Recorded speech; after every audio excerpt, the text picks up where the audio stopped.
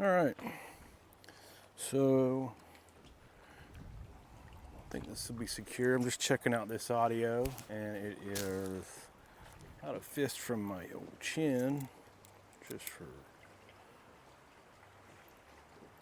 future reference. I just switched up with this Vibe trailer on. It's like a jig, but it's a Picasso bait. No phrase. I don't feel them. So it's like a spinner bait, but a jig too. So it's very versatile.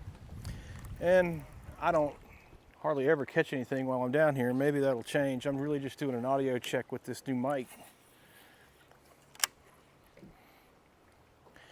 Looks like the tilapia are bedding. Maybe one of them will bite it.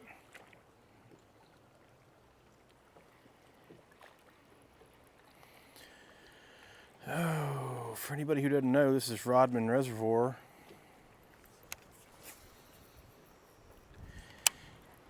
And according to the local biologist, Summer Lindeland, this place produces more 10-pound fish than any place in North Florida.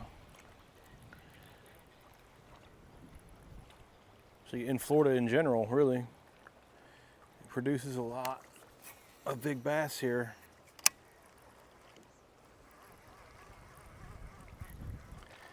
That's why I moved here. I understand the balance of a trophy bass fishery, and I understand that not all lakes have that balance. You can't just expect to catch trophy bass anywhere. They're kind of only created in certain specific places. Though it's interesting that, like, if you go north of here to Kingsley Lake, that lake's produced more fish over 13. This lake's produced more fish over 10, but not more fish over 13. Kingsley, up the road up north here, it's easy to find that place on a map. It's just a perfectly round circle. It looks like a meteorite created the lake. Anyway, bunch of 13-pounders coming out of Kingsley. That's a deep lake. Big, round, deep thing. So, a completely different environment than this. This is all shallow. You can walk out here. This is about waist deep right off this dock. As a matter of fact, looking at these, it's about 8 feet deep on the outside edge of those pads right there. So everything inside that's less than 8. Everything where you see pads is less than 8. Any place you see deeper than 8 feet out here has probably been dug man-made out there in that barge canal. There's a few places out here where the old river channel makes deep holes, but Rodman's really big and flat and shallow mostly. So a totally different environment, but still grows big fish. So it's not like necessarily a super deep lake that creates, right? But a super deep lake can help create a 13-pound bass fishery like Kingsley.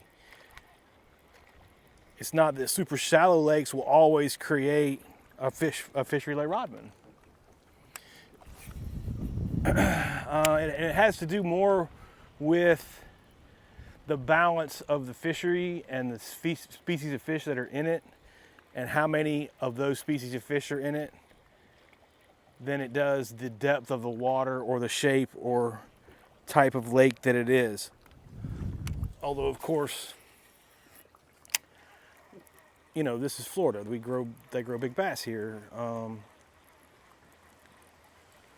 They're going to do better than other places up north and things like that, of course. But just because it's a southern lake doesn't mean it necessarily grows awesome bass. I see that misconception a lot, where they talk about, oh, it's a Texas lake, or oh, it's Florida, or oh, it's this or that, and you can't just automatically make that assumption. just because it's in the South doesn't necessarily mean it's an awesome growing bass fishery.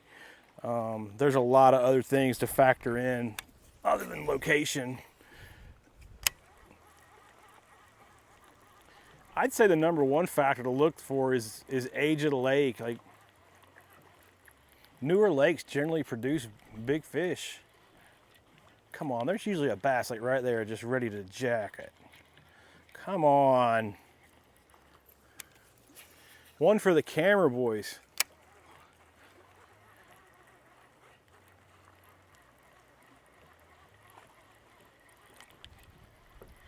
Make it like a fishing show. That'd be awesome. Kind of bullcrap is this?